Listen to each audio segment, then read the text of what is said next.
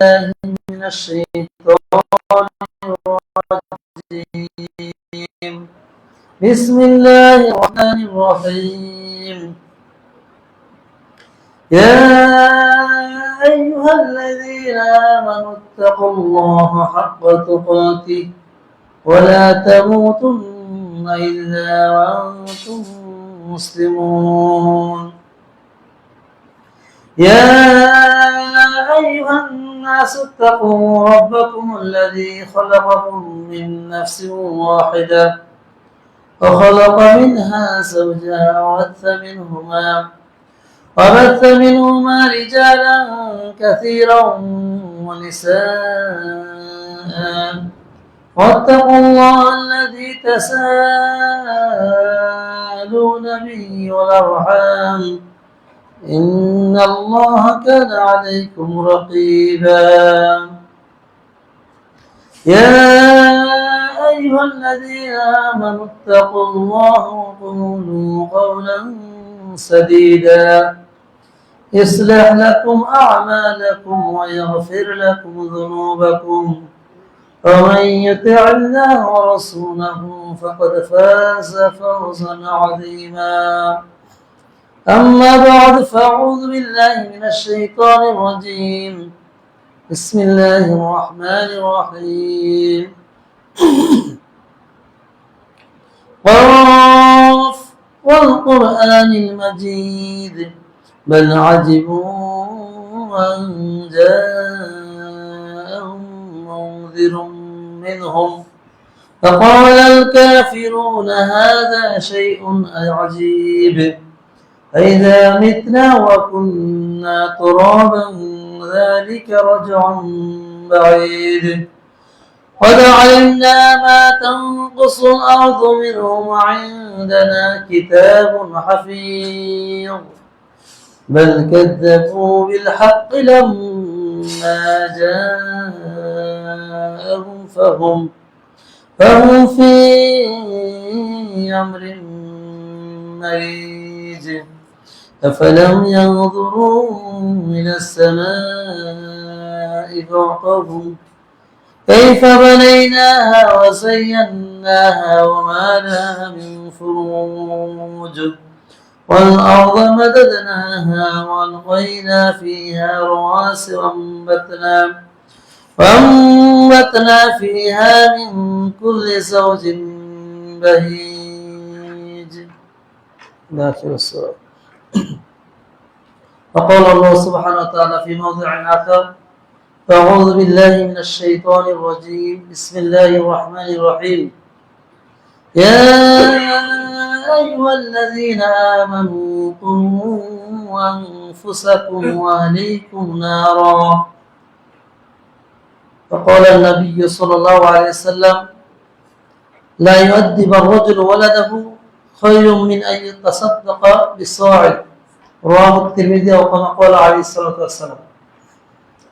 সকল প্রশংসা যাবতীয় তারিফ সেই মহান রব্বুল ইজ্জত আল্লাহ সুবহানাহু ওয়া তাআলার জন্য, যে আল্লাহ সুবহানাহু ওয়া তাআলা আমাদেরকে সপ্তাহের অন্যতম শ্রেষ্ঠ দিন মুসলমানদের সাপ্তাহিক ঈদ পবিত্র জুমার দিনে আল্লাহ সুবহানাহু ওয়া তাআলার প্রিয় জায়গা আল্লাহ তাআলার মসজিদে এসে কোরআন এবং সুন্নাহ থেকে দুটি কথা বলার জন্য এবং শোনার জন্য সঠিক সময় আমাদেরকে উপস্থিত করেছেন। তাই আমরা অন্তরের অন্তঃস্থল থেকে আল্লাহ সুবহানাহু ওয়া তাআলার দরবারে শুকরিয়া জ্ঞাপন করি, আলহামদুলিল্লাহ।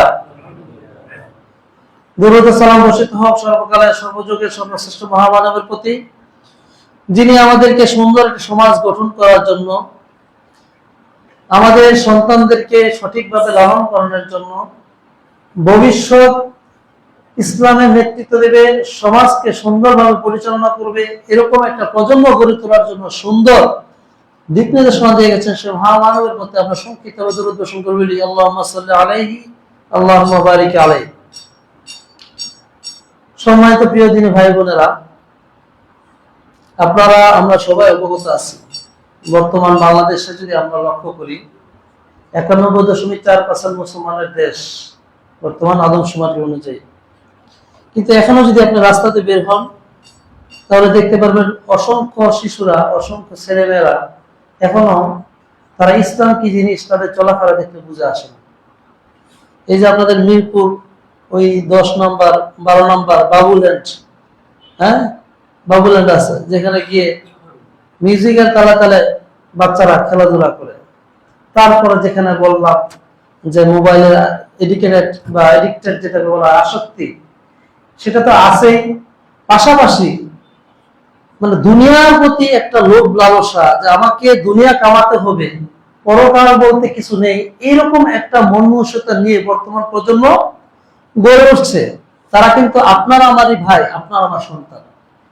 তাদের প্রতি আমাদের দায়িত্ব কর্তব্য কেমন হওয়া উচিত, এই বিষয়টা খুবই গুরুত্বপূর্ণ।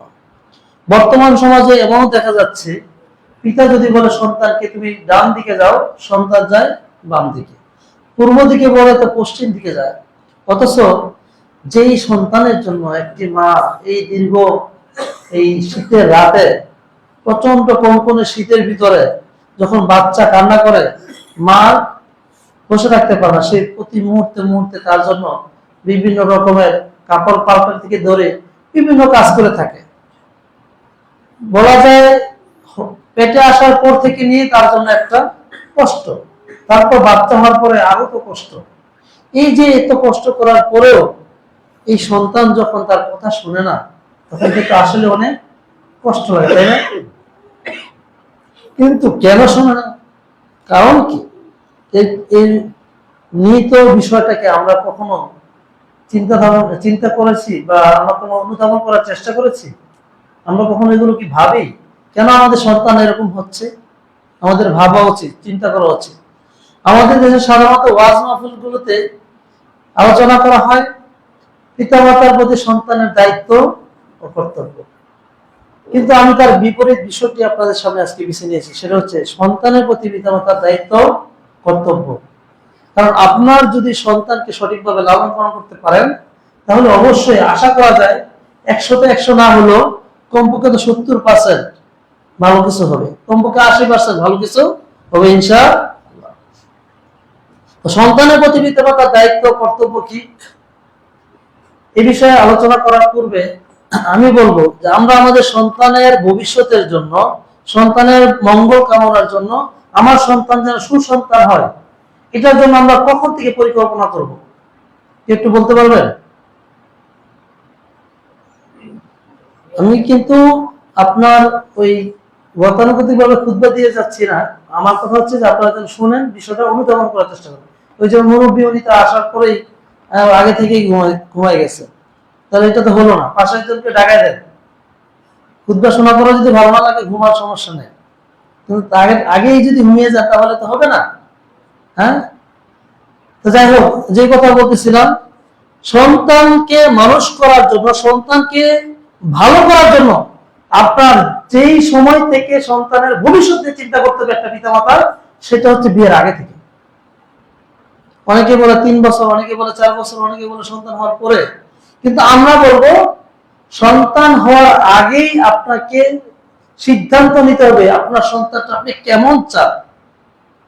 যদি ভালো চান তাহলে ভালো বীজ বপন করতে হবে, ভালো জমি চয়ন করতে হবে।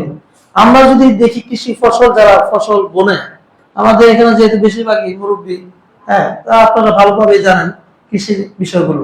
তো সেখানে প্রথমে জমিটা চাষ করা হয়, তারপরে ফসল হয়ে যায়। বিষয়টা কি এরকম? জমির ভিতরে যদি কোন জমিটা ভালো, কোনটা এঁটেল মাটি, কোনটা পলি মাটি, কোনটা কোন ধরনের মাটি, কোন ধরনের মাটিতে কি লাগালে পরে ভালো হবে, অথবা একটা গাছ, যে গাছটার ফল সুন্দর হবে, ভালো হবে, সেই গাছটা কি আমরা চয়েস করি, পছন্দ করে বাজার থেকে কিনে নিয়ে আসি, মানে ভালো জাতটা আমরা চেষ্টা করি।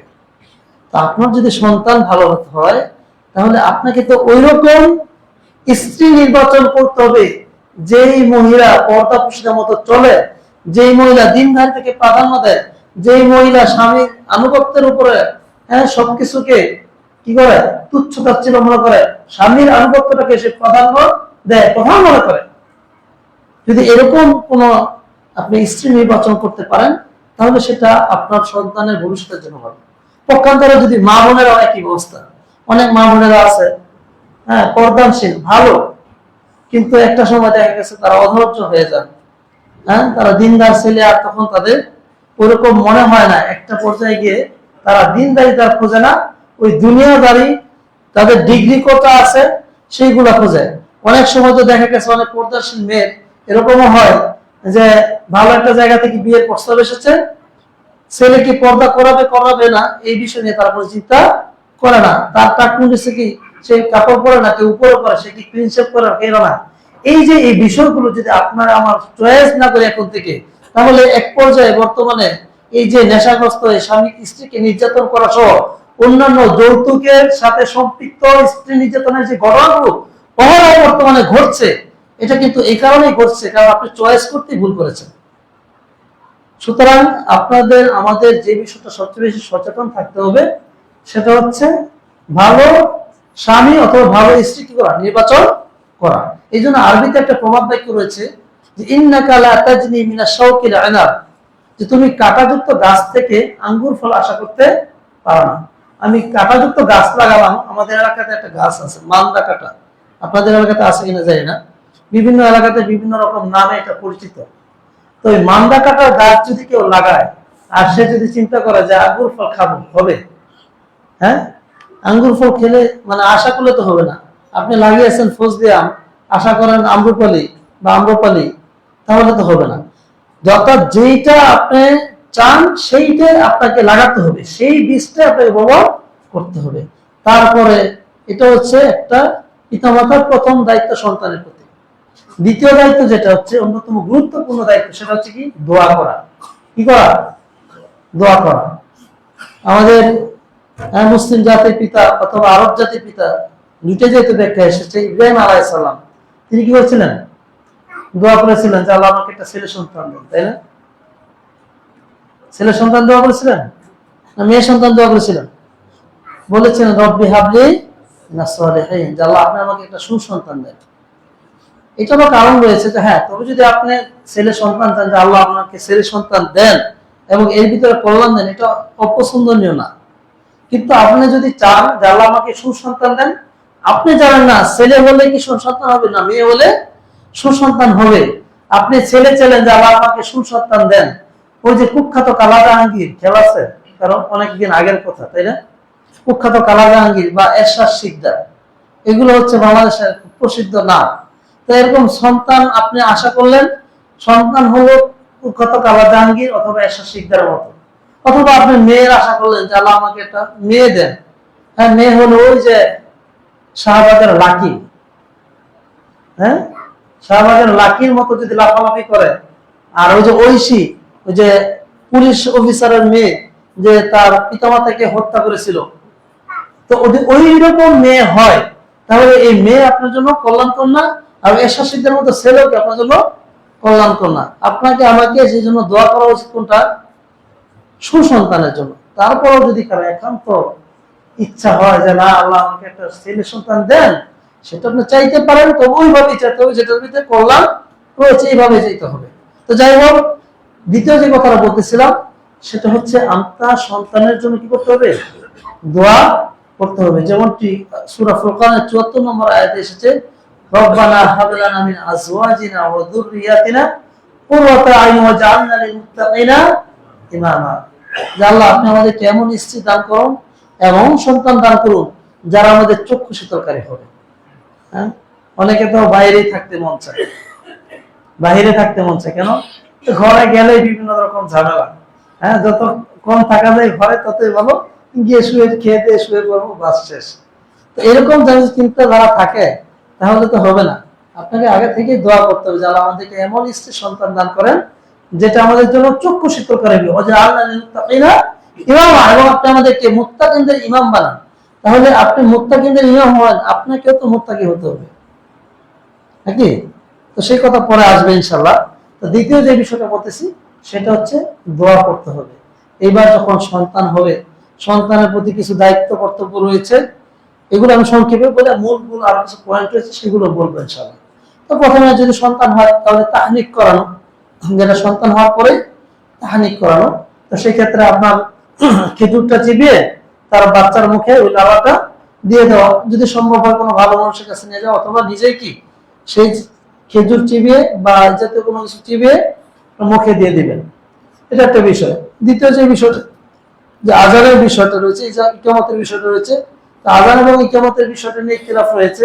যদিও ওলামাদের ভিতরে এটা আমলযোগ্য অনেকেই বলেছেন, কিন্তু শুধুমাত্র আজানটাকেই সহিহ হাদিস দ্বারা প্রমাণিত, আর ইকামতের বিষয়টি কিনা প্রমাণিত নয়। তো যদিও আজানের হাদিসটা নিয়ে ইখতিলাফ রয়েছে, তো নাসিরুদ্দিন আলবানী রাহিমাহুল্লাহ সহ অনেকেই হাদিসটাকে হাসান পর্যায়ে বলেছেন। সেটা হচ্ছে কি যে রাসূল আল্লাহ রাসূলুল্লাহ সাল্লাল্লাহু আলাইহি ওয়াসাল্লাম ফি উযুনিল হাসান ইবনে আলী হিনা ওয়ালাদাতু ফাতিমাতু, যখন ফাতেমা রাদিয়াল্লাহু আনহা হাসান রাদিয়াল্লাহু আনহুকে জন্ম দেন, তখন আমি দেখেছি, সাহাবী বলতেছেন, আমি দেখেছি যে রাসূলুল্লাহ সাল্লাল্লাহু আলাইহি ওয়াসাল্লাম তার কানে আযান দিয়েছিলেন। এই হাদিসটিকে রাসূলুল্লাহ সাল্লাল্লাহু আলাইহি ওয়াসাল্লাম হাসান পর্যায়ে বলেছেন। তো সেই হিসাবে আমাদের যদি মনে করি ছোটবেলায় তার কানে কি আল্লাহ তাআলার একত্ববাদের বাণীটা পৌঁছে দেওয়া, এটা তার জীবনে একটা বিরাট প্রভাব পড়ে। পৃথিবীতে আসার পরে তাকে জানিয়ে দেওয়া, তুমি এই পৃথিবীতে এসেছো একমাত্র শুধুমাত্র আল্লাহ তাআলা ইবাদত করার জন্য, আল্লাহ তাআলা হচ্ছেন সবচেয়ে বড়, তোমার পৃথিবীর যত দায়িত্ব যত যা কিছু রয়েছে কোনো কিছু তোমার জন্য বড় নয়, বরঞ্চ এই পৃথিবীতে তুমি যতদিন থাকবে সকল কিছু চাইতে আল্লাহ তাআলা ইবাদতকে প্রাধান্য দিয়ে, শুধুমাত্র পরকালকে প্রাধান্য দিয়ে এই দুনিয়াতে তোমার বসবাস করতে হবে। যতটুকু করলে তোমার দুনিয়াতে থাকা প্রয়োজন তুমি ততটুকু করবে, তার বেশি নয়। এইভাবে যদি আপনার সন্তানকে প্রথম থেকে একটু গড়ে নিতে পারেন, তারপরে যেটা হচ্ছে ভালো নাম রাখা। অনেকে মনে করে সপ্তম দিনের নাম রাখতে হয়, না, তাহলে একটা বাবু 7 দিনকে আপনি বাবু বাবু রাখবেন, হ্যাঁ, এই বাবু বাবু বাবু, এই যে অনেকে এরকম বলে, অনেকে মনে করে কি সপ্তম দিনের নাম রাখতে হবে, বিষয়টা আসলে এরকম না। যেরকম ইব্রাহিম নামে একটি ছেলে, একজন সাহাবীর ছেলে জন্মগ্রহণ করে, তো রাসূলুল্লাহ সাল্লাল্লাহু আলাইহি ওয়াসাল্লাম কাছে ওই দিন নিয়ে যান, যেদিন জন্মগ্রহণ করে সেই দিন নিয়ে যান, রাসূল সাল্লাল্লাহু আলাইহি ওয়াসাল্লাম তার নাম রাখেন ইব্রাহিম। এটা বুখারী মুসলিমের হাদিস। তো সুতরাং এর দ্বারা বোঝা যাচ্ছে যে আপনার ভালো মানে নাম রাখাটা আপনি প্রথম দিনে রাখতে পারবেন। তারপরে যেটা বললাম যে ভালো নাম রাখতে হবে, ইন্না হাব্বা আসমাইকুম ইলাল্লাহি আব্দুল্লাহ ওয়া আব্দুর রহমান, নিশ্চয়ই আল্লাহ তাআলার নিকট তোমাদের মধ্যে যাদের নাম আব্দুল এবং আব্দুর রহমান, সেই নামটা কি সবচেয়ে বেশি প্রিয়, মানে আব্দি। কিন্তু বর্তমানে এরকম দেখা যাচ্ছে যে লতা পাতা আকাশ বাতাস মাটি, হ্যাঁ, মানে কি আজগুবি আজগুবি নাম রাখেন, নামের কোনো ভুল নাই, নামের কোনো কি ভুল নাই। কিন্তু এই যে আপনার এখন সুশীল একটা সুন্দর শিক্ষিত সমাজ রয়েছে, এইখানে যদি বলা হয় মিষ্টি, তেঁতুল, এই যে বাচ্চাদের সামনে যদি চকলেটের কথা বলা হয়, তাহলে মনের ভিতরে কিন্তু অন্যরকম একটা অনুভূতি সৃষ্টি হয়। অনেক মা বোনরা হয়তো তেঁতুলের কথা শুনে জিহ্বায় পানি এসে যেতে পারে। পক্ষান্তরে যদি একটা শব্দ বলি, অনেকের কাছে এটা ঘৃণা লাগতে পারে। কথা টয়লেটের কথা যদি বলি, হ্যাঁ, ওইটা আর বললাম না, বাদ বাকিটুকু ওইটা যদি বলি শুনতে কেমন খারাপ শোনা যায় না? হ্যাঁ, রাসূলুল্লাহ সাল্লাল্লাহু আলাইহি ওয়াসাল্লামের হাদিস অনুযায়ী যেটা বোঝা যায়, আবু দাউদের হাদিস, যে কিয়ামতের দিন আল্লাহ সুবহানাহু ওয়া তাআলা হাদিসে যেটা এসেছে, তোমাদেরকে তোমাদের নাম এবং তোমাদের পিতাদের নাম সহ ডাকা হবে। এখন ওইখানে যদি এরকম টয়লেট বলা হয় কথা তাহলে কেমন শোনা যায় না? মানে একটা বোঝানোর জন্য বললাম, একটা উদাহরণ ভুল থাকতে পারে, অথবা অন্যরকম থাকতে পারে, কিন্তু বোঝানোর জন্য বললাম যে ওই সময় যদি আপনার নামটা আব্দুল্লাহ আব্দুর রহমান বা এরকম কোন সুন্দর অর্থবিশিষ্ট নাম হয়, ডাকা হয়, তাহলে শুনতে ভালো লাগবে। আর যদি ওইরকম নাম হয় তাহলে তো কিরকম হতে পারে সেটা আল্লাহ তাআলাই ভালো জানেন। এই জন্য ভালো নাম রাখা এটা খুবই গুরুত্বপূর্ণ একটি বিষয়, যে আমাদের অবশ্যই সন্তানের যেন ভালো নাম হয়, সেটা আমাদের পিতামাতার চয়েস করতে। অনেক সময় দেখা গেছে বড় হওয়ার পরে অনেক ছেলে মেয়ে যখন ইসলামিক লাইনে আসে, তখন তারা মনে মনে মন খারাপ করে যে আমার পিতা এটা কি নাম রাখলো। আবার অনেকে ইসলামিক নাম রাখতে গিয়ে উলট পালট নাম রেখে ফেলে। হ্যাঁ, একজনের ছেলের নাম রেখেছে তুকার দিবান। বলছে তুকার দিবান কেন রেখেছেন? কারণ কি? বলছে তুকার দিবান এই জন্য নাম রেখেছি কারণ আল্লাহ সুবহানাহু ওয়া তাআলা এই নামটাকে অনেক পছন্দ করেছেন। কেননা সূরা ইয়াসিনের ভিতরে অসংখ্য বার বলেছেন ফাবিআইয়ি আলাই রাব্বিকুমা তুকাযযিবান। হ্যাঁ, সূরা রহমান। হ্যাঁ, তাহলে তোমরা তোমাদের রবের কোন কোন নিয়ামত কি করবে? তুকাযযিবানে, তোমরা অস্বীকার করবে। এটা একটা ফেল, এটা কিন্তু কোনো নাউন না, এটা ইসিম না। বুঝতে পারছেন? তাহলে এখন যদি আপনি ভালো মনে করে নাম রাখেন, এটা তো হবে না। আবার অনেকেই নাম রাখছে, ওইদিন দেখলাম একটা ছেলের নাম রেখেছে আরহাম আল আব্দুল্লাহ। আরহাম আল আব্দুল্লাহ। আরহাম নামটা সুন্দর, অ্যারাবিক নাম, কিন্তু বিষয়টা হচ্ছে আব্দুল্লাহ মানে আল্লাহ তাআলার সিফাতটা হচ্ছে কি আল আরহাম, তিনি অধিক দয়াবান, কিন্তু আপনার নাম রাখান আরহাম আল আব্দুল্লাহ, তাহলে কি হবে এটা? আল আব্দুল্লাহ এটা আবার কি নাম? এরকম তো কোনো আরবি শব্দই নাই। হ্যাঁ, এরকম কি আরবি শব্দই নেই। তাই আপনার সন্তানের ভালো নাম রাখার জন্য আপনি যারা আলেম ওলামা রয়েছে, ভালো জানেন বুঝে, তাদের কাছে পরামর্শ নেন। হয়তো আপনারা নাম চয়েস করতে পারেন যে এই নামগুলো কেমন হয়। অনেক সময় আমাদেরকে জিজ্ঞেস করা হয় যে সাহেব আমাকে একটা নাম রেখে দেন। আমি বলি যে আমি একটা নাম বললাম, কিন্তু বলবেন যে এটা তো আমার ওয়াইফের নাম। আমি একটা নাম বললাম, যে বললাম যে এটা আমার ভাতিজির নাম। এর থেকে ভালো আপনি 5টা নাম চয়েস করেন, সেখান থেকে আমি ভালোটা বা যদি ভুল ত্রুটি থাকে সেটা সংশোধন করে দিতে পারি। তো যাই হোক, সেটা হচ্ছে পরের কথা। তো যে কথাটা বলতেছিলাম যে ভালো নাম রাখা এটাও একটা পিতামাতার দায়িত্ব এবং কর্তব্য, যেন বড় হয়ে আপনার সন্তান আপনার পিতাকে নিয়ে গর্ব করে, যেন আমার পিতাকে আমার একটা ভালো নাম রেখেছে, সে যেন একটা আনন্দ পায়। তারপরে যেটা বললাম, 7ম দিনে আকিকা করা। আমি শুধু সংক্ষেপে টাচ দিয়ে যাচ্ছি, কারণ মূল পয়েন্টগুলো সামনে বলবো। তো 7ম দিনে আকিকা করা এটা একটা পিতামাতার দায়িত্ব, কর্তব্য। কুল্লু মাউলুদিন কুল্লু গুলামিন মুরতাহানুন বিআকিকাতিহি, যে প্রত্যেকটা সন্তান তার আকিকার সাথে কি থাকে? আবদ্ধ থাকে। আপনার রিহান যেটাকে বলা হচ্ছে দায়বদ্ধ থাকে। তো এই যে আবদ্ধ দায়বদ্ধ থাকাটা, এটা একটা পিতার দায়িত্ব এবং কর্তব্য। সুতরাং আপনার সন্তানের 7ম দিনে আকিকা দিবেন, এটাই হচ্ছে উত্তম। আমি যেটা এখানে ফতোয়া দিতে আসি নাই, সেই জন্য আর বাদ বাকি কথা বললাম না। তবে এইটাও ঠিক যে সৌদি আরবে আলেম ওলামাদের সহ বিভিন্ন আলেম ওলামাদের ফতোয়া অবশ্যই আছে যে অন্য দিনেও করা যাবে যদি একান্ত প্রয়োজন হয়। যেরকমটা কোনো কোনো জায়গার ভিতরে এসেছে যে 14তম দিনে বা 21তম দিনে বা অন্য কোনো সময়ে দিতে পারবে, এটা ওলামাদের ফতোয়া রয়েছে। কথা কথা আপনার স্ত্রী এখন হাসপাতালে সিজারে কঠিন মুহূর্তে, আপনি তো ওইখানেই পেরেশানিতে বাঁচতেছেন। এমন অবস্থায় যদি কোনো সমস্যা থেকে থাকে, সেটা আলেম ওলামাদের ফতোয়া রয়েছে। আমরা এখানে বলবো না যে 7 দিনেই দিতে হবে, এরপরে দিলে হবে না। ফিকহি মাসালার ক্ষেত্রে এটাই ঠিক, এরকম আমরা বলতে পারি না। কারণ ফিকহি মাসালার ভিতরে আলেম ওলামাদের বিভিন্ন রকম পথ মত থাকে, বিভিন্ন রকম সাব্যস্ত করার ধরন থাকে, সেগুলো ভিন্ন রকম হয়। তো সেই দিকে আমি আর গেলাম না। তো যে কথা বলতেছিলাম যে আপনার 7ম দিন আকিকা করতে হবে। অনেকে 7ম দিন কোন দিন সেটাই বুঝে না। অনেকে 7ম দিন কোন দিন সেটাই বুঝে না। ধরেন আজকে জুমার দিন, মাগরিবের পরে সন্তান হয়েছে, তাহলে আকিকা দিবেন কবে? আগামী বৃহস্পতিবার। অনেকে আগামী বৃহস্পতিবার বলছেন, মানে মাগরিবের পরে সময় কখন? শনিবার। এই বিষয়টা ভালোভাবে বুঝতে হবে। আরবি মাস অনুযায়ী মাগরিবের পরে কিন্তু শনিবার শুরু হয়েছে। সুতরাং আপনাকে আগামী জুমার দিনে, অর্থাৎ সামনের সপ্তাহে শুক্রবার যেটা আমরা বলে থাকি, সেই দিনে আকিকা করতে হবে। তো এই বিষয়গুলো ভালোভাবে জানা থাকতে হবে যে আসলে আরবি মাসের গণনাটা কিভাবে হতে পারে। একজন মুসলিম হিসেবে এটা আমাদের অবশ্যই জানা কর্তব্য বলে মনে করি। তারপরে এবার আসুন যে আমাদের আরো কিছু বক্তব্য রয়েছে। সংক্ষেপে বলি, আমাদের অনেক পিতামাতা বলে থাকেন যে আমার সন্তানকে মাদ্রাসায় দিয়েছি, কিন্তু সে খুব দুষ্টামি করে, আমাকে দেখলে ভালো কিন্তু অন্য সময় আর ভালো থাকে না। কারণটা কি? আমি জিজ্ঞেস করলাম একদিন একজন অভিভাবককে, আমাদের মাদ্রাসা দারুস-সুন্নাহ একজন অভিভাবক।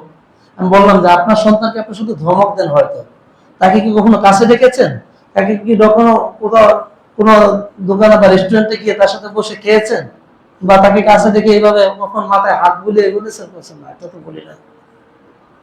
এটা তো আপনার সন্তান কিভাবে লাইনে আসবে, প্রথম কথা হচ্ছে ছোটবেলা থেকে তার প্রতি আপনার ভালোবাসার প্রকাশ করতে হবে। এটাই হচ্ছে রাসূলুল্লাহ সাল্লাল্লাহু আলাইহি ওয়াসাল্লামের সুন্নাহ। হযরত আয়েশা রাদিয়াল্লাহু আনহা বর্ণিত, এটা বুখারী ও মুসলিমের হাদিস, যে ক্বালাত জাআ আরাবিয়্যুন ইলা নবী সাল্লাল্লাহু আলাইহি ওয়াসাল্লাম, এক বেদুইন নবী সাল্লাল্লাহু আলাইহি ওয়াসাল্লামের নিকটে আসলেন।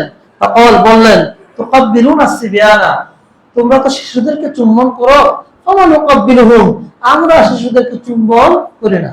যে আমাদের দেশে এই ক্রেডিট বলেন আমাদের, যে উল্টা পাল্টা ক্রেডিট আছে। দাড়ি কাটাটা এখন ক্রেডিট নাকি? দাড়ি চাষাটা এখন ক্রেডিট, বেপরদায় চলাটাই ক্রেডিট, কে কত ফ্যাশন করে চলতে পারে ওইটা ক্রেডিট। ওইরকম উল্টা পাল্টা বেদুইন আগেও ছিল। বেদুইন মানে কি? গ্রাম্য লোক, যারা মূর্খ, তেমন কিছু বুঝে না, তাদেরকে আরবি ভাষায় বলে আবাবিয়ুন। তো তো এরকম লোক যারা শিক্ষিত তারাও এই বেদুইনের অন্তর্ভুক্ত। তো যাই হোক, সেদিকে বলতেছে না। তো এসে বললে কি জানো, তোমরা চুম্বন করা, আমরা কি করি না, চুম্বন করি না।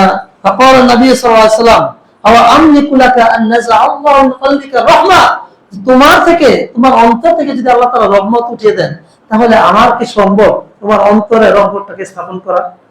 মানে তোমার অন্তরে কি নাই, রহমত নেই, তোমার অন্তরে দয়া নেই, ভালোবাসা নেই, মায়া নেই। সন্তানের প্রতি অনেকেরই দয়া মায়া থাকে না, থাকবে কিভাবে? কারণ সে তো উল্টাপাল্টা খায়। তো যাই হোক, অন্য হাদিসের ভিতরে যেটা এসেছে, আবু হুরায়রা থেকে বর্ণিত, ক্বালা ক্বাদ্দালা রাসূলুল্লাহ সাল্লাল্লাহু আলাইহি ওয়াসাল্লাম আল হাসান ইবনে আলী, রাসূল সাল্লাল্লাহু আলাইহি ওয়াসাল্লাম হাসান বিন আলী কে, ওনার মেয়ের ঘরে সন্তান, মানে নাতি আমাদের দেশে যেটা বলে থাকি, তাকে চুম্বন করলেন। ওয়াইন্দা আকরা ইবনে হাবিস, আর তার কাছে একজন সাহাবী হাবিস, আকরা বিন হাবিস রাদিয়াল্লাহু তিনি ছিলেন। ফাকাল আল আকরা ইন্নালি আশরাতা মিনাল ওয়ালাদ, আল্লাহর রাসূল আমার তো 10 জন সন্তান রয়েছে, মা কবরাতুম মিনহুমা আহাদান, তাদের কাউকে কখনো আমি চুম্বন করি নাই, তাদের কাউকে কখনো চুম্বন করি নাই। তখন নবী সাল্লাল্লাহু আলাইহি ওয়াসাল্লাম বললেন, হ্যাঁ, মাল্লা ইয়ারহাম মাল্লা ইয়ারহাম লা ইয়ারহাম, যে ব্যক্তি মানুষের প্রতি দয়া করে না, তাকেও কি করা হয় না, দয়া করা হয় না। সুতরাং সন্তানের প্রতি দয়া ভালোবাসা, এটা পিতামাতার অবশ্যই পালনীয় দায়িত্ব এবং কর্তব্য। তাকে ছোটবেলা থেকে ভালোবাসতে হবে। ভালোবাসা আবার এরকম কিছু দিয়েন না যেটা দ্বারা তার ক্ষতি হয়। সব ভালোবাসা কি ভালোবাসা না, কিছু ভালোবাসা ক্ষতিও হয়। তো যাই হোক, এইভাবে আপনার সন্তানের প্রতি একটা ভালোবাসা প্রকাশ করতে পারে যদি, তাহলে আপনার সন্তান কি হবে, কাছে আসবে। আপনি অনেক সময় চাকরিজীবী বাড়িতে যান, হ্যাঁ, যখনই যাবেন সন্তান থেকে কাছে থেকে তাকে কিছুটা ভালোবাসা দিবেন, যেন সে বুঝতে পারে যেন আমার পিতা আমার জন্য অনেক অনেক আন্তরিক। তারপরে যে কথাটা আমাদের জন্য খুবই গুরুত্বপূর্ণ, সন্তানের জন্য লালন পালন করার জন্য কি করা, খরচ করা, এটা একটা গুরুত্বপূর্ণ বিষয়। অনেকে মনে করে সন্তান প্রতি খরচ করে বুঝি সওয়াব নেই, বিষয়টা কি আসলে এরকম? বরঞ্চ নিজের প্রতি যদি কোনো ব্যক্তি দান করে তাহলে সেটা হচ্ছে উত্তম সাদাকা। তারপরে যদি কোনো ব্যক্তি সন্তানের প্রতি খরচ করে, সেটা হচ্ছে কি তারপরে সাদাকা। তো সুতরাং এইটাও একটা গুরুত্বপূর্ণ সাদাকা, বা এটা একটা গুরুত্বপূর্ণ আমল।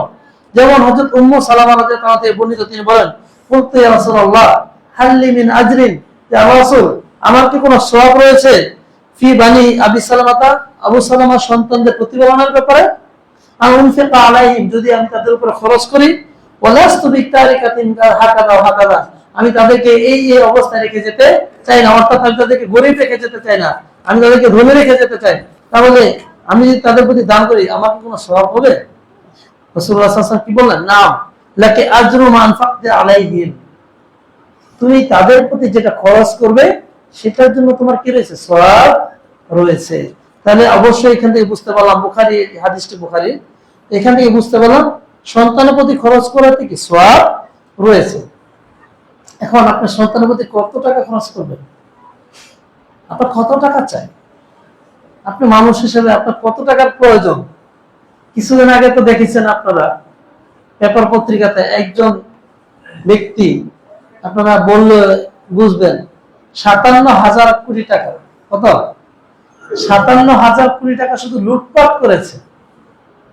সে কেন করেছে? হয়তো তার সন্তানের কি আছে, তার সন্তানের জন্য এই ৫৭,০০০ কোটি টাকা শুধু লুটপাট করে কি লাভটা হলো? এখন তিনি জেলের ভিতরে আছেন। এমনকি তার যে দাড়ি ছিল, সবসময় আমরা ছোটবেলা থেকে সুন্দর সাদা দাড়ি দেখে এসেছি, আশ্চর্য লাগলো, ওদের এত কষ্ট বেশি বলেও যেতে পারবো না। আমি কোনোদিন মনে এত কষ্ট পাইনি। আমি এই লোকটার ছবি দেখে ভাবলাম যে কত মনে হিন্দু কোনো লোকের ছবি, তারপরে দেখলাম যে না, এটা মনে এডিট করা ছবি। পরে যখন জানতে পারলাম যে এটা এডিট করা ছবি না, এটা বাস্তব ছবি, আল্লাহ আমার এত কষ্ট লেগেছে যে বলার বাইরে, যে মানুষ দুনিয়ার জন্য এত নিচে নামতে পারে। তাহলে আপনি কোন সন্তানের জন্য এত নিচে নামলেন? আপনাকে তো জাহান্নামে যেতে হবে। সুতরাং আপনার সন্তানের জন্য দুয়ারি পেরাতে একটা প্লট রেখে যাবেন, একটা ফ্ল্যাট রেখে যাবেন, রাখেন, ভালো কথা, কিন্তু সেটা যেন বৈধ হয়, সেটা যেন কি বৈধ হয়, অবৈধ যেন না হয়। অবশ্যই আপনার দুনিয়াবি বিষয় প্রয়োজন রয়েছে, কিন্তু সেটা তো একেবারে সাইকো পর্যায়ে চলে গেছে। আমার মনে হয় যে একটা মানুষ যদি মানে দুনিয়াবি পাগল না হয়, তাহলে তো এত টাকা তার প্রয়োজন মনে করি না। কত টাকা? আমি তো ৫৭ কোটি টাকায় আমার জন্য হচ্ছে যে অনেক বেশি। হ্যাঁ, আলহামদুলিল্লাহ অনেক ভালো আছে। কারো কাছে হাত পাততে হয় না আমার, এবং এখনো পর্যন্ত হাত পাতেও নেই। আল্লাহ তাআলা যেন ভবিষ্যতে না পাতে, আপনাদেরকে যেন সচ্ছল রাখে এবং আমাদেরকে এই মানুষের মুখাপেক্ষি হওয়া থেকে যেন আল্লাহ তাআলা রক্ষা করেন, আল্লাহুম্মা আমিন। তো যে কথা বলতেছিলাম, তাহলে আপনি সন্তানের জন্য খরচ করেন ভালো কথা, কিন্তু এত টাকা উপার্জন করবেন না যেটার কারণে আপনার জাহান্নামে যেতে হবে। আবার অনেক পিতামাতা আছে সন্তানের প্রতি খরচ করে না, তারা কি খায়? ওই যে ধোঁয়া খায়, ধোঁয়া। ডেলি যদি একটা 18 টাকা 20 টাকা দামি 10টা ধোঁয়া খায়, তাহলে তার কত টাকা খরচ হয়? এই যে মাঝে মাঝে রিক্সা ভাইদেরকে বলি যে ভাই এই যে কষ্ট করে কামাচ্ছেন, আবার এটা দেখে ফেলা দেয়, হ্যাঁ, মানে কমপক্ষে একটু রেসপেক্ট করে আর কি। দেখে যখন ফেলে দেয় তখন বলি যে ভাই এই যে ফেলে দিলেন তো শেষ করি, এটা তো এক ধরনের অপচয়। তো এই যে এই বিষয়গুলো এরকম যারা করে তারা অনেক সময় সন্তানের প্রতি করে না, খরচ করে না, বরঞ্চ তাদের স্ত্রীকে মারধর করে স্বামী স্ত্রীর বাড়ি থেকে যৌতুক নিয়ে আসার জন্য তাদেরকে বাধ্য করে। এই সবগুলো থেকে আমাদেরকে বিরত থাকতে হবে। তো এটা হচ্ছে আমাদের পরবর্তী যে দায়িত্ব, সেই দায়িত্বের কথা বলবো। সন্তানকে ছোটবেলা থেকে তাওহীদের শিক্ষা দিতে হবে। কিসের শিক্ষা দিতে হবে? অর্থাৎ আপনি তাকে ভালোবাসলেন, তার প্রতি খরচ করলেন, এবার শুধু খালি খরচই করে গেলেন, কিছুই হলো না। বড় হওয়ার পরে বললেন যে আমার সন্তান কি হলো, পশ্চিম দিক চিনে না, হবে? এই কথা বলার আগে কি করতে হবে? আপনার সন্তানকে ছোটবেলা থেকে তাওহীদের শিক্ষা দিতে হবে। যেমনটি আল্লাহ সুবহানাহু ওয়া তাআলা সূরা লোকমানের 13 নম্বর আয়াতে উল্লেখ করেছেন। লোকমান আলাইহিস সালামের সেই কথাটি যখন লোকমান আলাইহিস সালাম বলেছিলেন, ওয়া ইয ক্বালা লোকমানু লিবনিহি ওয়া ইয়াইযুহু ইয়া বুনাইয়া ওয়া ইয ক্বালা লোকমানু লিবনিহি, আর স্মরণ করুন সেই সময়ের কথা যখন লোকমান আলাইহিস সালাম তার সন্তানকে বলেছেন, ওয়া ইয়াইযুহু, কি করে? নসিহত করে, ওয়াজ করে, ইয়া বুনাইয়া লা তুশরিক বিল্লাহ, হে আমার প্রিয় বৎস তুমি শিরিক করে না। এখানে একটা বিষয়, ইয়া বুনাইয়া এই কথা বলার আগে কি বলেছেন আল্লাহ তাআলা? ওহুয়া ইয়াইদুহু, ওহুয়া ইয়াইদুহু, তিনি তাকে ওয়াজের স্থলে, নসিহতের স্থলে এই কথা বলেছিলেন। আমাদের বাড়িতে কি এই পরিবেশ আছে যে সারা সপ্তাহে আপনি একদিন সন্তানকে নিয়ে বসেন, অথবা সন্ধ্যার পরে, অথবা ফজরের পরে, অথবা আসরের পরে, যে সময় হয় আপনার বাড়িতে একটা বই পড়লেন, এই বই থেকে সবাই শুনলো, একটা ইস্তিফাদা হলো, এরকম পরিবেশ কি আছে? হ্যাঁ, যদি না থাকে তাহলে করতে হবে। আবার অনেক ভাইরা আছে যে সন্তানের প্রতি ওয়াজ করে না, কিন্তু দুনিয়ার সব তাবলীগ করে। হ্যাঁ, 1 চিল্লা 2 চিল্লা 3 চিল্লা দেয়, সন্তানের খবর নাই, স্ত্রী কি পর্দাবশিতের মতো চলে কিনা, তার বাজার ঘাটটা কে করে দেয়, আল্লাহু আ'লাম। আল্লাহ খাওয়ায়, আল্লাহ পড়ায়, ঠিক আছে, আল্লাহ খাওয়ায়, আল্লাহ পড়ায়। এর মানে তো এই না যে আপনি স্ত্রী সন্তানকে একেবারে রেখে ওই 3 চিল্লা দিয়ে আল্লাহর ওলি হয়ে যাবেন, আর এখানে নিজের ঘরের কোনো সংবাদ নেই। নিজের সন্তান, অনেক তাবলীগওয়ালা ভাইদেরকে দেখেছি যাদের সন্তানের একেবারে বিপদ গেল। এটা আমি তাবলীগের দোষ বলবো না, তাবলীগের পদ্ধতি সেটা ভিন্ন, সেই বিষয়ে আলোচনা না, কিন্তু বলতেছি যেটা, যে আপনার সন্তানকে আপনি নাসিহা করার জন্য একটা পরিবেশ তৈরি করুন ঘরের ভিতরে। যদি পরিবেশ তৈরি করতে না পারেন, এমনিতে বলে নামাজ শেষ হলো কি, শেষে মনে করবে যে আমার আব্বা সবসময় ধমকায়। তাকে বুঝাতে হবে কেন সালাতটা পড়তে হবে, কেন ভালো কাজ করতে হবে। তো এরকম ওয়াজের ছলে বাড়িতে একটা ওয়াজ করার মতো পরিবেশ রাখতে হবে। রাজি আছেন না ইনশাআল্লাহ? যাদের বাসায় নেই তারা অবশ্যই এই জিনিসটা করুন। আল্লাহ তাআলা আমাদেরকে তৌফিক দান করুন, আল্লাহুম্মা আমিন।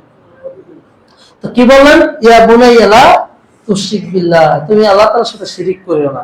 অনুরূপভাবে ইবনে আব্বাস রাদিয়াল্লাহু তাআলা বর্ণিত, তিনি বলেন, হ্যাঁ, কুনতু খালফা রাসূলিল্লাহি সাল্লাল্লাহু আলাইহি ওয়াসাল্লাম ইয়াওমান, একদিন আমি রাসূলুল্লাহ সাল্লাল্লাহু আলাইহি ওয়াসাল্লামের পিছনে গিয়ে দাঁড়িয়েছিলাম। ফাকাল, তিনি বললেন, ইয়া গুলাম, হে বৎস, ইন্নী উআল্লিমুকা কালিমাতিন, আমি তোমাকে কিছু শব্দ, কিছু কালিমা, কিছু বাক্য শিক্ষা দেব। ইহফাজিল্লাহ ইহফাজকা, তুমি যদি আল্লাহ তাআলাকে হেফাজত করো, আল্লাহ তাআলা তোমার হেফাজত করবে। অর্থাৎ তুমি যদি আল্লাহ তাআলার বিধিবিধানকে সংরক্ষণ করো, যেইভাবে আল্লাহ তাআলা দিয়েছেন সেইভাবে তুমি মানো, যার থেকে নিষেধ করেছেন তুমি তার থেকে বেঁচে থাকো, এইভাবে যদি তুমি তোমার নিজেকে হেফাজত করতে পারো, তাহলে আল্লাহ তাআলা বিধানকে হেফাজত করতে পারো, আল্লাহ তাআলা তোমাকে হেফাজত করবেন। তো এই হাদিসের পরের অংশ থেকে যেটা বলতেছি, মূল পয়েন্টটা, ওয়াইদা সাআলতা ফাসআলিল্লাহ, তুমি যখন চাইবে কার কাছে চাইবে? আল্লাহ তাআলার কাছে চাইবে। তাহলে ছোটবেলা থেকে চাওয়া অভ্যাসটা করতে হবে কার কাছে? আল্লাহর কাছে। কোন পীরের কাছে? হ্যাঁ, আমাদের দেশে তো পীরও চায় না। ছোটবেলায় আমরা দেখেছি এখনকার বাচ্চারা সেগুলো দেখে নেয়। ছোটবেলা আমরা দেখেছি, আপনারা হয়তো অনেকে দেখে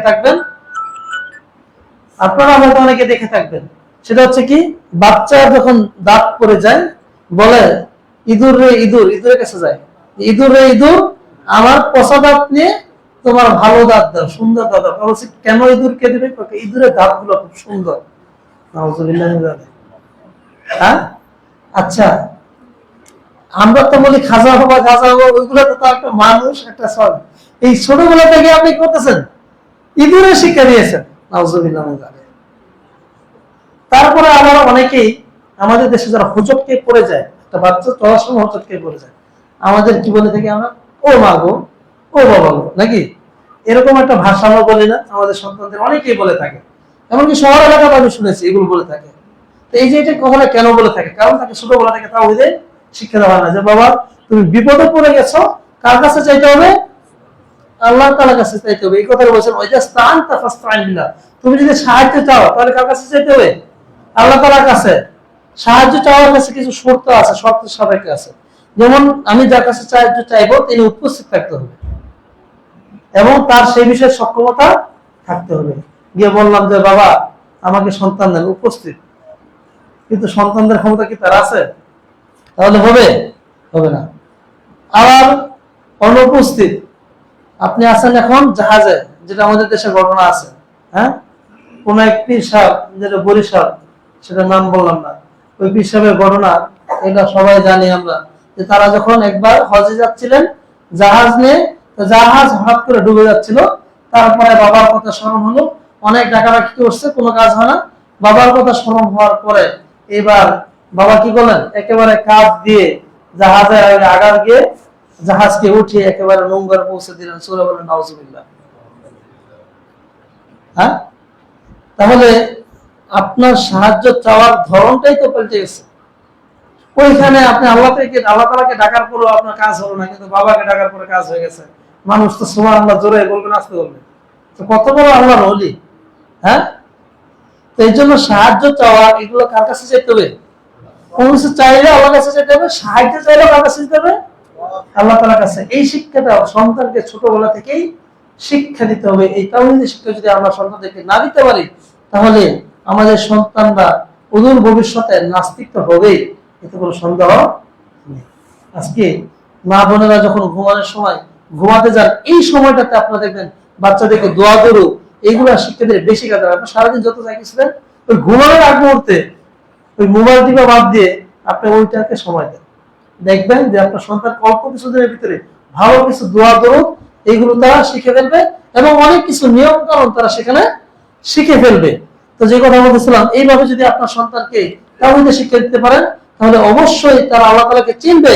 এবং দুনিয়াবি এই যে বর্তমানে নেতা নেত্রী বিভিন্ন রকম বিভিন্ন প্রেক্ষাপটে আমরা দেখতেছি, যদিও আমরা অনেকেই মনে করি যে রাজনৈতিক কথা বা এগুলো আমরা সবসময় বলি না, শুধু এতটুকুই বলতে চাই, 24-এর প্রেক্ষাপটের পরে বাংলাদেশ একটা সুযোগ ছিল যারা ভালো মানুষ তাদের ঐক্যবদ্ধ হয়, কিন্তু কি হলো?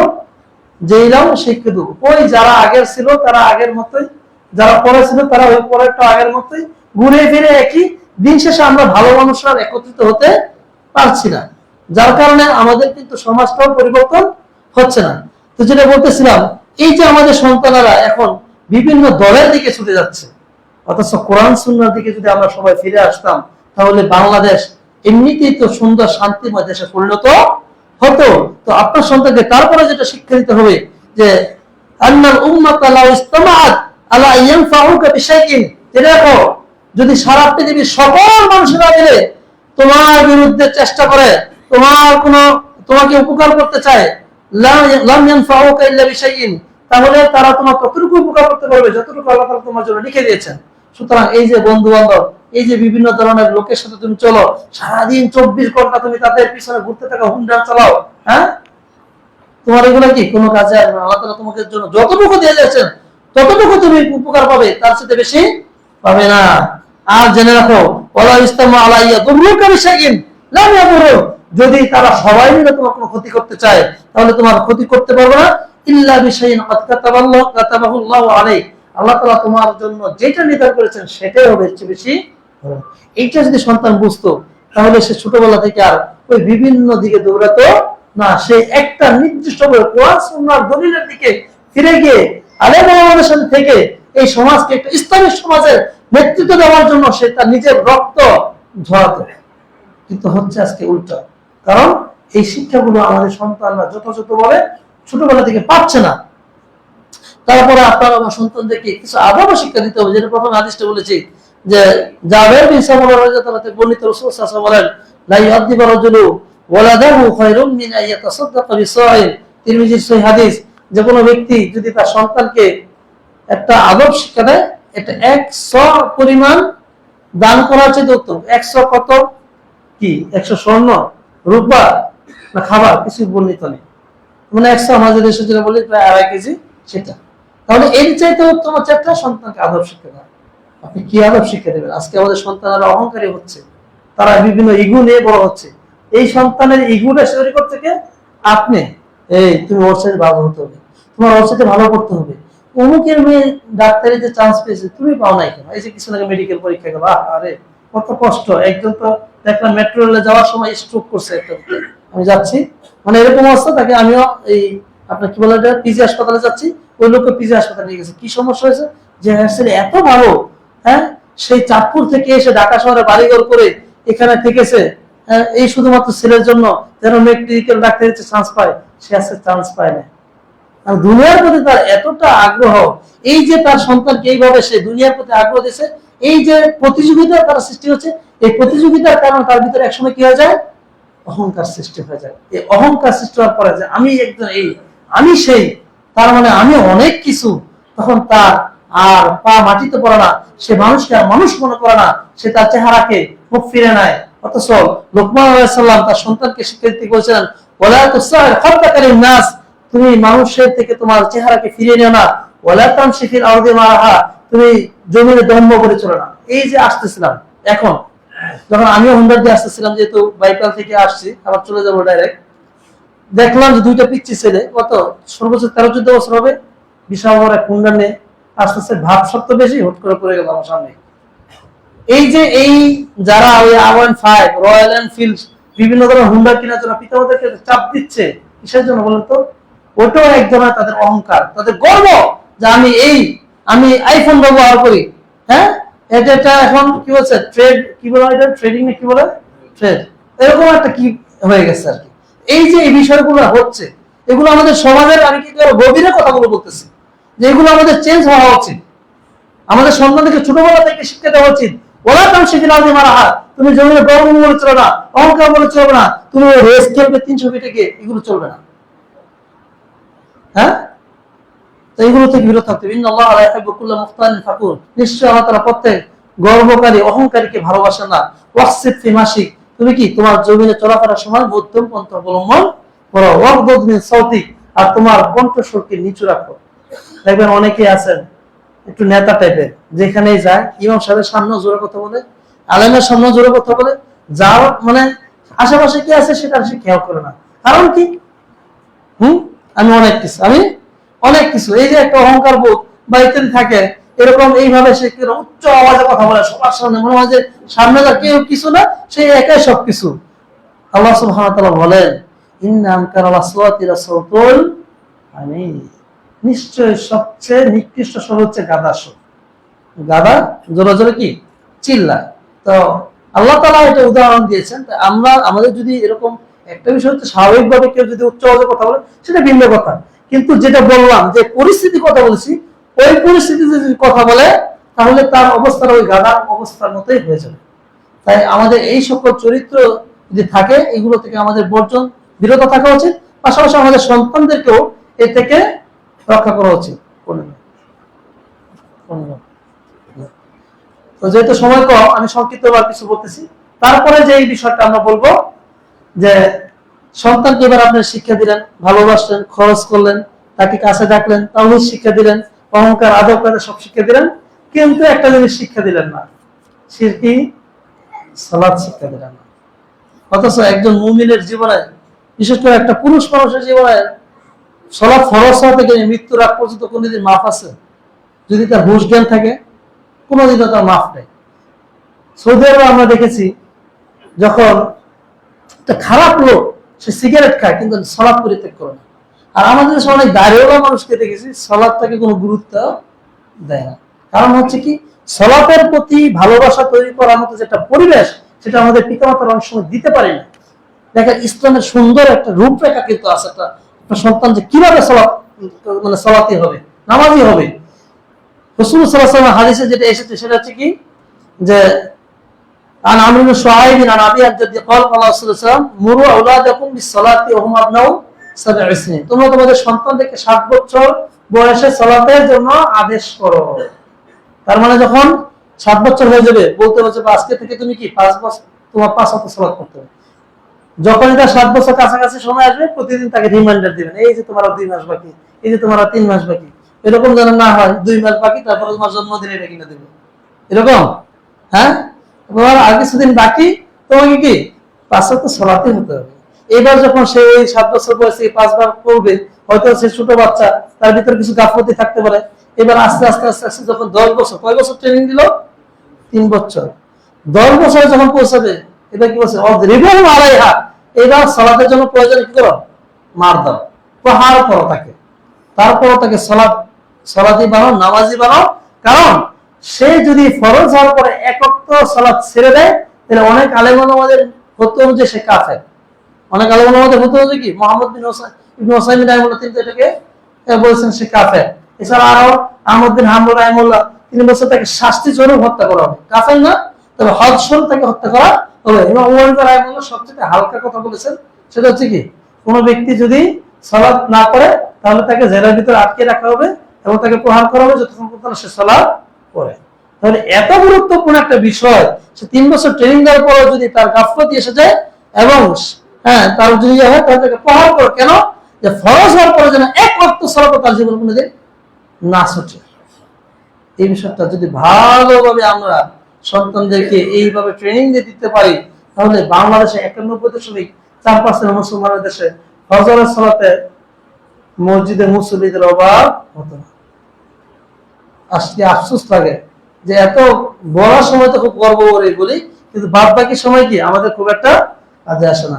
তো সর্বশেষ আমি যে কথা বলে আমি আমার খুববার ইতি টানতে যাব, সেটা হচ্ছে এই সালাত বানানোর সবকিছুই করলেন, আরো কিছু বিষয় শিক্ষা দিতে হবে, হচ্ছে হালাল এবং হারাম। এই বিষয়টা খুবই গুরুত্বপূর্ণ। হালাল এবং হারাম এই বিষয়টা খুবই গুরুত্বপূর্ণ। এখন পাড়ায় পাড়ায় প্রতিটি মহল্লায়, আমি ঘর ব্লকে থাকি, এত কষ্ট লাগে, প্রতি সপ্তাহে এত পরিমাণ গান বাজনা হয় যে থাকার মতো না। অনেক সময় বাচ্চাদের মানে কান্নাকাটি শুরু হয়ে যায় এই সকল নির্যাতন, এই সকল অত্যাচারে। হ্যাঁ, অনেক সময় যেমন কিছুদিন আগে নিজের কথা নিজে বলতে হয় না, এক পাশের বাসা থেকে একটা জোরে গান আসতেছে, সে দৌড়ে দৌড়ে এসে আমার ছেলে বলতেছে, বাবা বাবা এখানে একটা পচা কাজ করতেছে। কি পচা কাজ?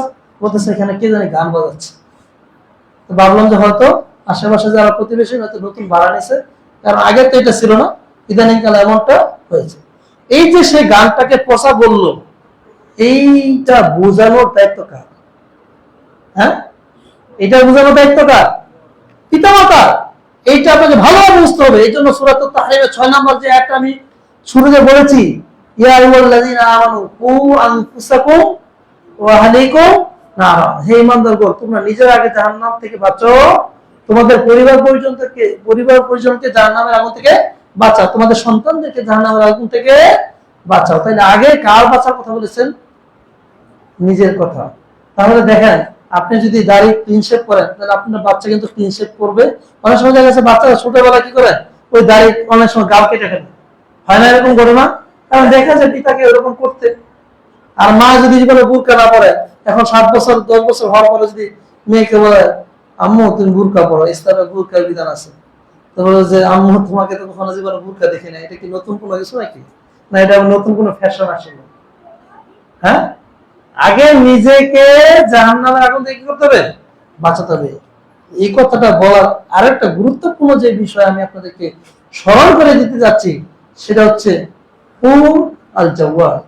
জাওয়াল থেকে দূরে থাকে, মোবাইল থেকে দূরে থাকে। যে সকল মাদের অ্যান্ড্রয়েড মোবাইল আছে তাদের বাচ্চারা অ্যান্ড্রয়েডের প্রতি আসক্ত হবেই হবে, তো কোনো সন্দেহ নেই। পিতা থাকলে অনেক সময় আমি আমার প্রয়োজন অ্যান্ড্রয়েড মোবাইল ব্যবহার করতে হয়। আমি যেহেতু সারাদিন আমার বিভিন্ন মাসালা মাসাল দেখতে অনেক সময় এটা দেখি, কিন্তু আমার সন্তান যখন আসে ব্যাস চলে যায়। কিন্তু তার মায়ের কাছে যদি কোনো সময় কথা কথা ইউটিউবে একটা জিনিস রান্নার জন্য আমার কাছ থেকে যেহেতু অ্যান্ড্রয়েড মোবাইল নেই নিয়ে যায়, বাস সাথে দর্শক এসে হাজির। এই জন্য বাসায় অ্যান্ড্রয়েড মোবাইল নেই। তো এরকম যদি বাসার ভিতরে অ্যান্ড্রয়েড মোবাইল থাকে আর আপনি ওটার প্রতি নিজে টিকটক তারপরে ইউটিউবে আসক্ত থাকেন, তাহলে আপনার সন্তান কোথায় যাবে? সে তো ওইটাই করবে যেটা আপনি করেন। আপনি তাকে যত ওয়াজ করেন কাজ হবে না, কারণ সে আপনি যেটা করেন সেটা দেখে সে শিখে। আপনি যা বলেন সেটা দেখে সে শিখে না। আপনি যা করেন সেটা দেখে সে শিখে, আপনি যা বলেন তা দেখে নয়। সুতরাং আপনার আমার সন্তানকে যদি এই মোবাইল থেকে দূরে রাখতে হয়, তাহলে নিজেকে আগে মোবাইল থেকে কি করতে হবে? দূরে থাকতে হবে এবং তাকে বোঝাতে হবে। অনেক সময় দেখা যাচ্ছে বাচ্চাদের বলছে বাচ্চারা খেলনা দেয় না, ওইটাও দিবেন না, কারণ সেটা একটা আসক্ত হলো। হোক এটা ভালো, কোনো গজলও শোনাবেন না। আমি গজলও শোনাই না, কারণ গজল শোনালে তো আজকে সে গজল শুনলো, তার মানে সে মোবাইলটা হাতে পাইছে, মানে সার্টিফিকেট একটা পাইলো নাকি, একটা অনুমোদন লাইসেন্স পেয়ে নিল। এবার সবসময় কি সে গজল শুনবে? এখন কি বাংলাদেশে সব আল্লাহ বলিরা বসবাস করে যে ইউটিউবে ঢুকলে শুধু গজল পাওয়া যায়, কিছু পাওয়া যায় না? এরকম কোন সিস্টেম আছে নাকি? হ্যাঁ, এরকম কোন সিস্টেম নাই। তার মানে সে অন্যদিকে যাবে। এই জন্য এই যে যেমন ক্ষেত, যখন ক্ষেত থাকে, ক্ষেতের পাশে যখন কি গাভী বা গরু দেওয়া হয়, তার পাশে যদি বেড়া না থাকে, তাহলে ওই গরুকে যতই বুঝান যে বাবা তুমি এই ফসলটা খেও না, সে কি শুনবে? বলেন? হ্যাঁ, সে তো মনে করবে যে আমার সামনে খাবার আছে, কি বলে না বলে আমার পেটে ক্ষুধা আছে, আমি খাবো। এইরকম ভাবে সেও কি করবে? ওইগুলোর প্রতি আসক্ত হবে, আপনি যতই তাকে বলেন। আর এগুলো থেকে আপনি নিজে বিরত থাকেন, এটা একটা বেড়া বা বেরিবার, এটা হচ্ছে একটা প্রাচীর, সেটা আপনার সন্তান কি করবে? ওই হারাম জিনিস থেকে বেঁচে তাকে শিক্ষা দিবে। তো যাই হোক, আরো অনেকগুলো দায়িত্ব রয়েছে সন্তান বড় হলে, সন্তান প্রতি ইনসাফ করা।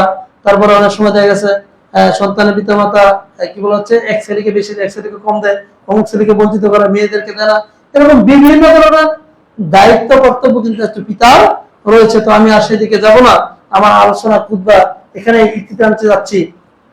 তো ইনশাআল্লাহ যদি ভবিষ্যতে কখনো সুযোগ হয় বাদ বাকি বিষয়ে আলোচনা করার চেষ্টা করব।